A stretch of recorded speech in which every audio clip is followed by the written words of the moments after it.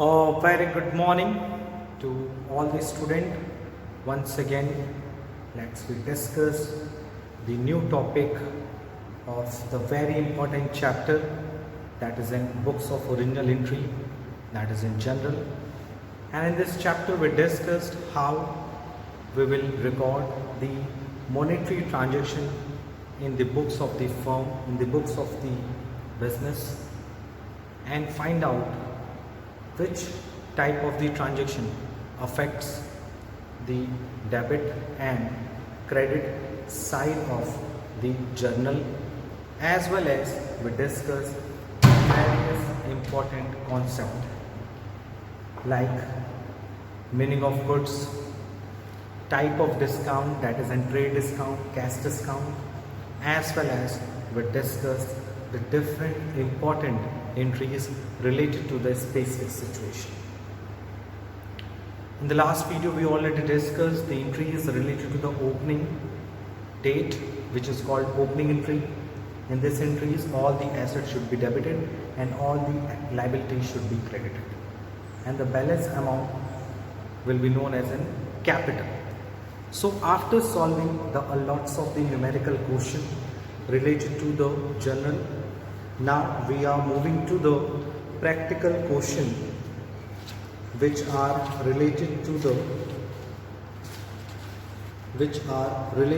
the capital and revenue expenditure. Basically, you know very well, when any expenses incurred for acquiring or increasing the value of the non-current assets, it will be known as the capital expenditure. Whereas if any expenditure made for maintaining the value of the non-current assets, like repairing, like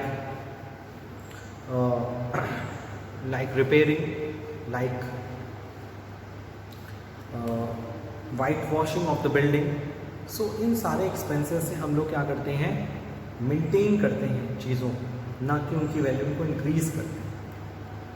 so whenever we expense as a capital expenditure, जब भी हम capital expenditure करते हैं तो इस situation में हम particular assets को डेबिट करते हैं, एंड रेवेन्यू एक्सपेंडिचर में हम पर्टिकुलर एक्सपेंसेस को डेबिट करते हैं. सो ये टर्म आपको पता होना चाहिए एक्सपेंडिचर के रिलेटेड में कि there are two types of the expenditure. First will be your revenue expenditure and second will be your capital expenditure. और जब भी बिजनेस में कैपिटल एक्सपेंडिचर होता है, कौन सा एक्सपेंडिचर होता है, capital expenditure.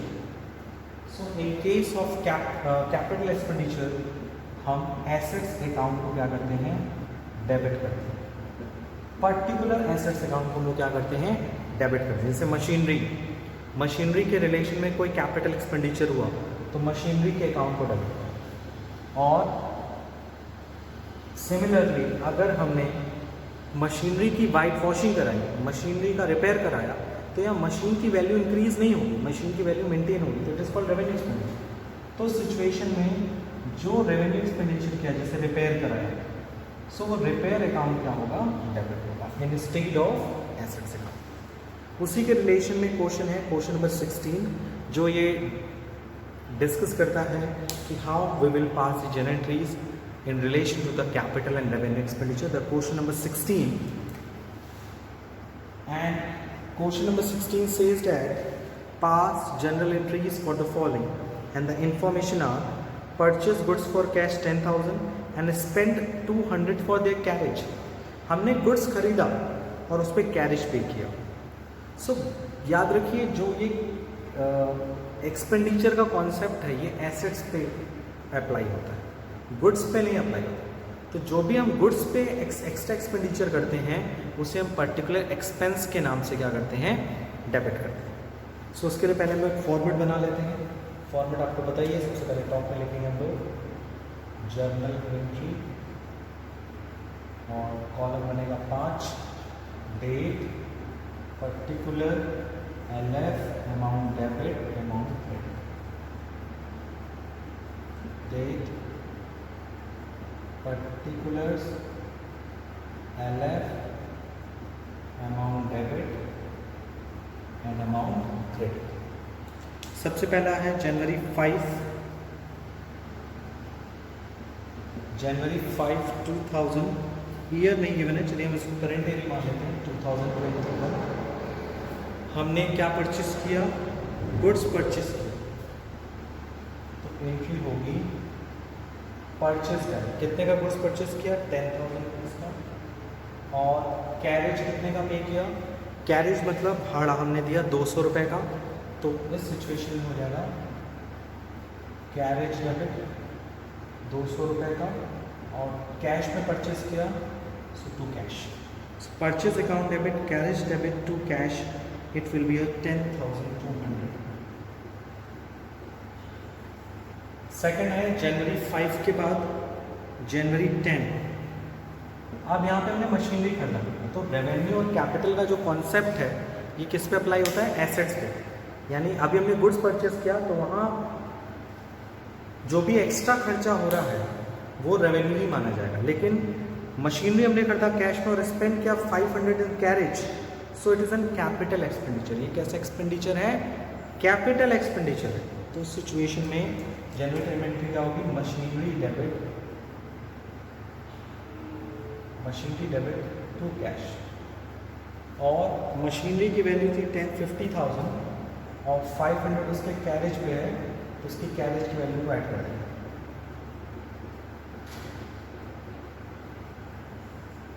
So machinery to cash, why, because machine पे जो खर्चा किया गया है वो उसके कैपिटल एक्सपेंडिचर से रिलेटेड है, क्योंकि ये खर्चा एट द टाइम किया गया है।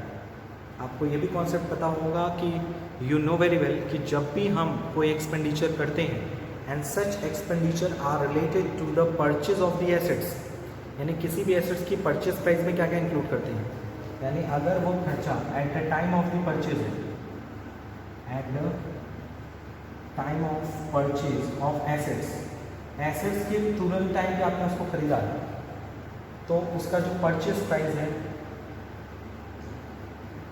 उसका जो इंस्टॉलेशन चार्ज है, उसका जो ट्रांसपोर्टेशन चार्ज है,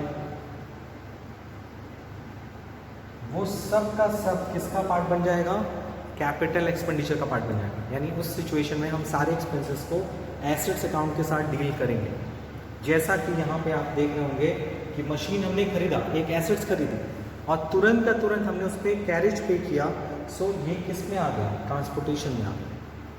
गुड्स के केस में ये रूल अप्लाई नहीं होता, क्योंकि गुड्स हम खरीदते हैं तो उस पर जो एक्सपेंडिचर करते हैं it is a part of the manufacturing expense. Next is paid 20,000 for cement, 10,000 for timber and 5,000 as wages for the construction of the building. Building को बनाने के लिए हमने टिम्बर खरीदा, सीमेंट खरीदा, वेजेस पे किया। सो ये सारे एक्सपेंडिचर किसको बनाने के, कलेक्टिवली फॉर्म में ये बिल्डिंग को बनाने के लिए एक्सपेंस होता है। तो जनवरी 15 में जब आप एंट्री करेंगे सो आप बिल्डिंग के नाम से अकाउंट को डेबिट करेंगे, और क्या पे किया, गया cash, building account debit to cash. क्या क्या आपने पे किया for the construction of building, 20,000 का सीमेंट, 10,000 का टिम्बर एंड 5,000 का आपने वेजेस पे किया, टोटल आपका आ गया 35,000। Okay, so this is an January 15। जनवरी 15 के बाद आता है जनवरी 17। जनवरी 17 करता है परचेज एंड ओल्ड मशीन। आपने कैसी मशीनरी खरीदी, पुरानी मशीनरी खरीदी, और 20,000 उसमें 2,500 इमीडिएट रिपेयर पे दिया। तो मशीन चाहे नई हो चाहे पुरानी है, अगर आप खरीद रहे हैं तो तुरंत जो उस पर आप खर्चा करते हैं वो भी किसका पार्ट होगा, कैपिटल एक्सपेंडिचर का पार्ट। तो आप कोई पुरानी चीज़ भी खरीदते हैं और उसका रिपेयरिंग कराते हैं तो वो भी उस एसेट्स का पार्ट बनता है, ना कि उसकी रिपेयरिंग का पार्ट होता है। सो मशीन खरीदें तो आप यहाँ पे दिखाएंगे मशीनरी अकाउंट डेबिट या old machinery account debit as you wish, machinery account debit to what goes cash and amount will be 10,000 20,000 plus 2,500, the total is 22,500. अब 17 के बाद हम लोग क्या करेंगे? अब हम लोग 17 के बाद चलेंगे लास्ट एंट्री पे. Date is 20, paid 500 for repairing some other machinery. आपने 500 रुपये दिया कुछ अदर मशीनरी के रिपेयरिंग के लिए.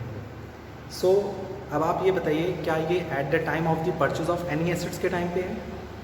नहीं सर. क्या आपके एसेट्स पूर्ण करते हैं? नहीं. आफ्टर अ लॉन्ग टाइम आपने रिपेयर कराया है सम अदर मशीनरी रिलेटेड, तो इसका जो पार्ट है वो रिपेयरिंग से रिलेटेड है. इससे रिलेटेड होगा रिपेयर. सो उसकी एंट्री होगी repair account debit to cash. Repair account debit to cash is amount is 500. ये हो गया आपका कंप्लीट क्वेश्चन नंबर 16. अपनी कॉपीज में नोट डाउन कर लीजिए.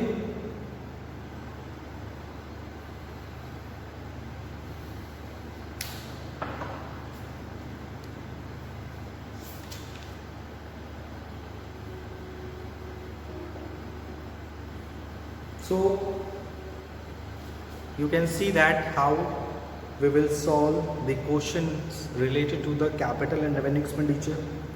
उसके साथ ही साथ हम लोगों ने गुड्स से रिलेटेड एंट्रीज डिस्कस कर ली हैं कि what are the entries related to the when goods distributed, loss by fire distributed as free sample, distributed given as a charity, when proprietor withdraw the some amount from the business, insolvency की entry. बहुत तरह की चीज़ें इसमें included हैं and it is a very important part of our syllabus. अब इसी topic से एक्सपेंडिचर एंड रेवेन्यू एक्सपेंडिचर से टॉपिक से एक क्वेश्चन और आता है, that is an question number 26, जिसमें बैंकिंग ट्रांजेक्शन्स को और कैपिटल रेवेन्यू आइटम्स को मिक्स करके बताया गया है. तो उसकी एंट्रीज कैसे करेंगे, चलिए डिस्कस कर लेते हैं. Question number 26. Question number 26 says that generalize the following. So in this situation we have to pass the approximated total 8 entries which are mixed up in nature. बहुत तरह के मिक्सअप उसमें हैं.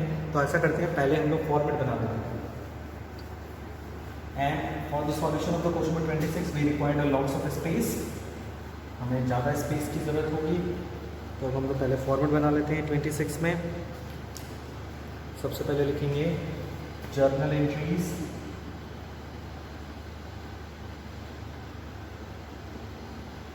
And the column is date, particular, LF, amount debit and amount credit. Okay. So first entry is number 1, purchase, question number 26. The first transaction is purchase goods 25,000 for cash, paid 200 for carriage. Goods खरीदा, तो goods में आपको बताइए purchase की value अलग होगी, carriage की value अलग होगी. परचेस कितना किया? परचेस किया आपने 25,000 और कैरेज पे किया 200. सो टोटल कितना हो गया? 25,200. Second, purchase goods 50,000 on credit from Sudhir and paid 500 carriage on these goods. Credit में खरीदा, कोई बात नहीं है. सो परचेज अकाउंट डेबिट, और अलग से कैरेज भी पे करेंगे. कैरेज आपने तुरंत का तुरंत पे कर दिया, कैरेज अकाउंट डेबिट. सो कैरेज का अमाउंट आपने पे कर दिया, लेकिन परचेस का क्या किया आपने? सुधीर से परचेस किया. सो परचेस कितने का किया? अमाउंट है परचेस का 40,000 और क्रेडिट पे भी आएगा 40,000, लेकिन जो आपने कैरेज पे किया वो इमीडिएट तुरंत पे कर दिया कैश में. तो उसके लिए क्या होगा आपका? तुरंत का तुरंत आप उसके लिए पे करेंगे. अमाउंट पे करेंगे, कितना आएगा? 500 आपने पे किया. सो दिस इज सेकेंड एंट्री आपने पास कर लिया.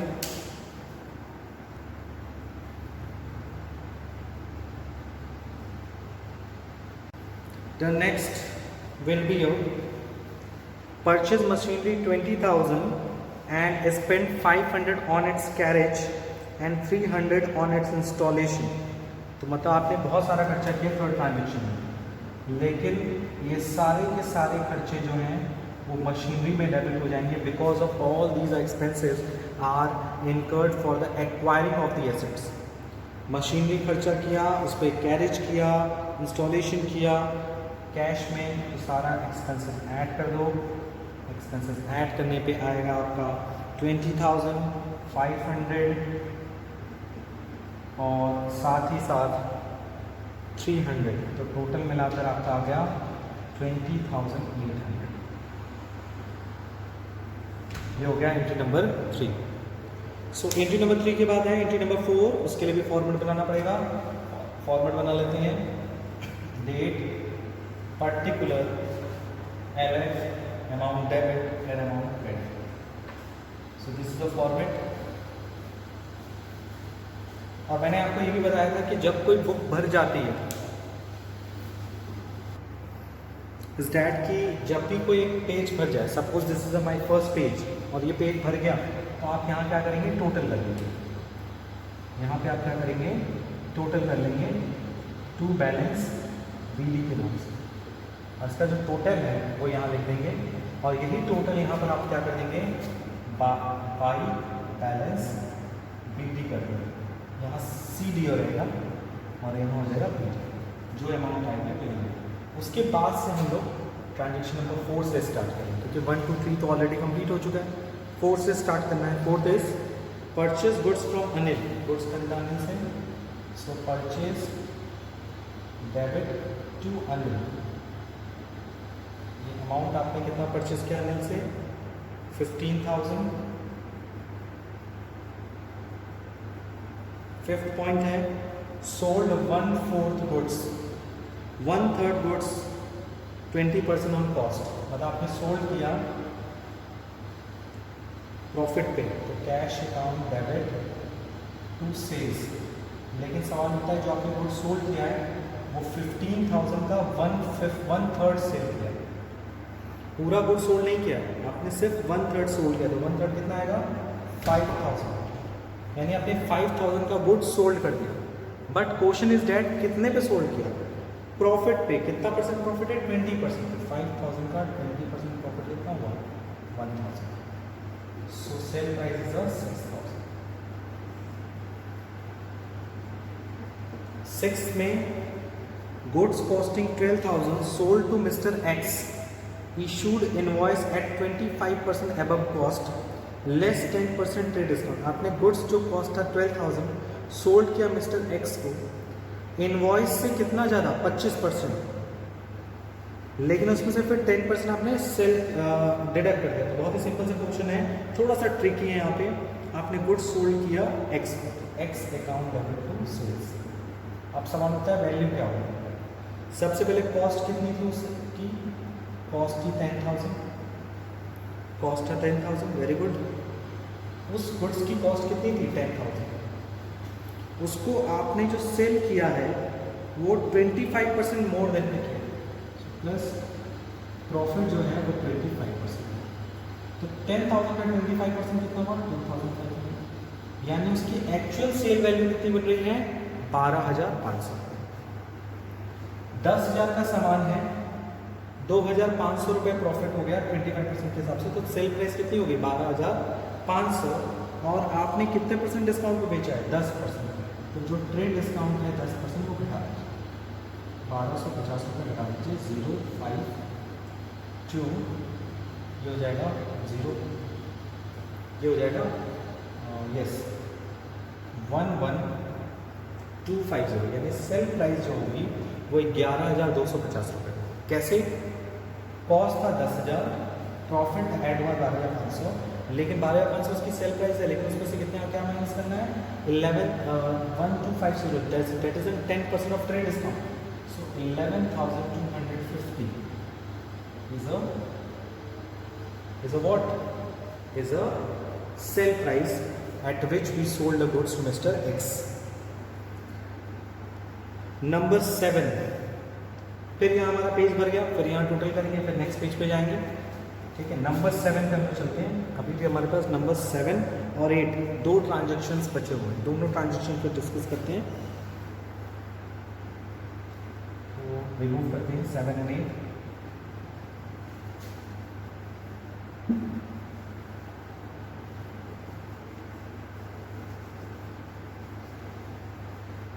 So you know very well, ज़्यादा उसके लिए स्पेस की आवश्यकता नहीं है। 7 और 8। सो ट्रांजेक्शन नंबर 7 के लिए if you are talking about provide 20% depreciation on furniture costing 10,000, यानी आपने 10,000 के फर्नीचर को बेच दिया, सॉरी डेप्रिशिएट किया है, वैल्यू को डिक्लाइन किया है 20%, तो उसकी एंट्री होती है depreciation account debit to furniture. कितने का किया, उसकी वैल्यू कितनी थी, वैल्यू इज 10,000, 10,000 का कितना percent, 20%।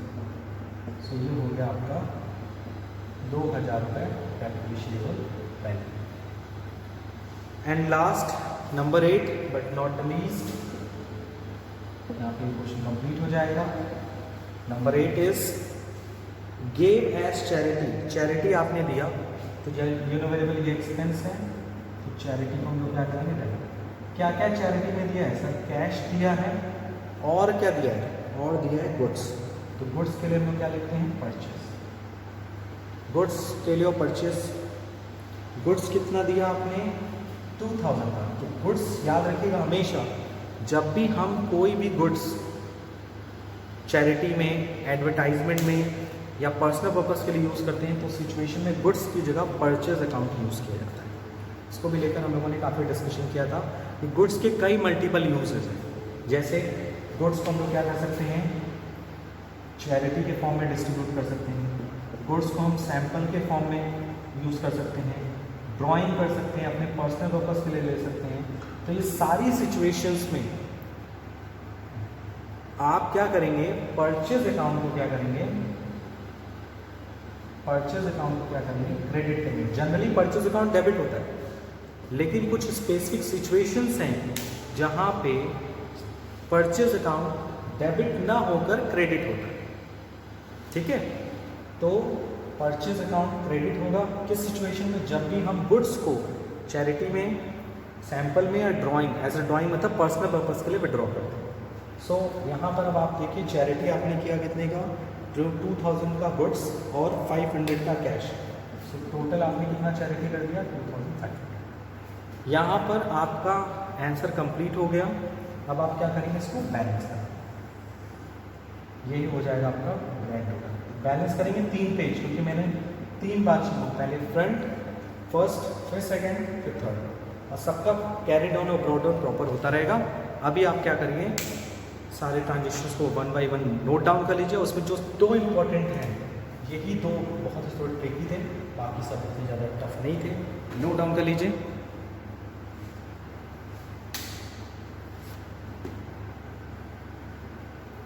So in today's video, firstly we solve the practical questions related to the revenues, capital expenditure, and you can see that जब हम कोई फिक्स एसेट्स परचेस करते हैं, सो फिक्स एसेट्स को परचेस करते वक्त at the time of the acquiring of the fix assets, अगर कोई भी एक्सपेंडिचर करते हैं, so such expenditure will be termed as a capital expenditure, और कैपिटल एक्सपेंडिचर के टाइम पर we debited the assets account, we debited the particular assets account, हम particular assets account debit करते हैं। लेकिन अगर वही कोई day to day expenses related हो, या हम रिपेयर करा रहे हैं, न्यू मशीनरी का रिपेयर कर रहे हैं तुरंत परचेस करने के बाद, तो it is an capital expenditure. लेकिन मशीनरी को खरीदने के कई दिन बाद उसकी इफिशियंसी मेंटेन रखने के लिए एक्सपेंडिचर करें, तो इज कॉल्ड रेवेन्यू एक्सपेंडिचर। तो ये कुछ इंपॉर्टेंट टर्म्स हैं रिलेटेड टू द जनरेटरीज, और उसके साथ साथ हमने गुड्स से रिलेटेड भी जनरेटरी डिस्कस की, और हम लोगों ने 2 न्यूमेरिकल क्वेश्चन सॉल्व किए। And I hope today we clear all the things very easily. But I request to each and every student, please solve the practical questions which are given in your book as a practical question. Please solve it 1 by 1. Okay, so आज के लिए इतना ही। Thank you. Take care. Goodbye.